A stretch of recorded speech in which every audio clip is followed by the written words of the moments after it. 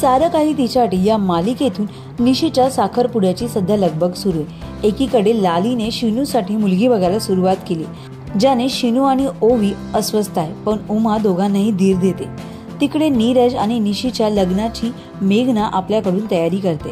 ती निशीसाठी खास नव्या शैलीचे दागिन्यांची डिझाईन बघते आणि निशीला देखील दाखवते, पण निशी म्हणते मला साधं राहायला आवडतं, मला जास्त दागिन्यांची हौस नाही। पण नीरज एकटा मुलगा असल्याने आणि निशी त्याची बायको होणार असल्याने मेघनाला हौस मौस मजा करायची असते, पण नीरज त्या सगळ्या संवादात फार अलिप्त आहे हे पाहून मेघनाला वाईट वाटतं।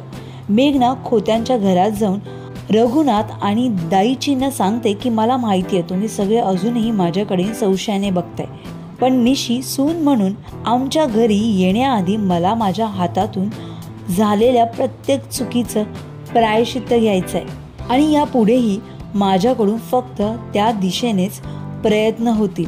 मेघना खरंच बदलते की तिच्या डोक्यात अजून काहीतरी शिजते हे या साखरपुड्यामध्ये पाहायला नक्कीच मिळेल। या साखरपुड्याच्या निमित्ताने निशी, नीरज आणि मेघनाच्या नात्यांमध्ये पुन्हा गोडवा आणू शकेल का हे पाहणं खरंच उत्सुकतेचं ठरणार आहे। त्यामुळे तुम्ही किती एक्सायटेड आहात हे आम्हाला कमेंट बॉक्समध्ये नक्की कळवा।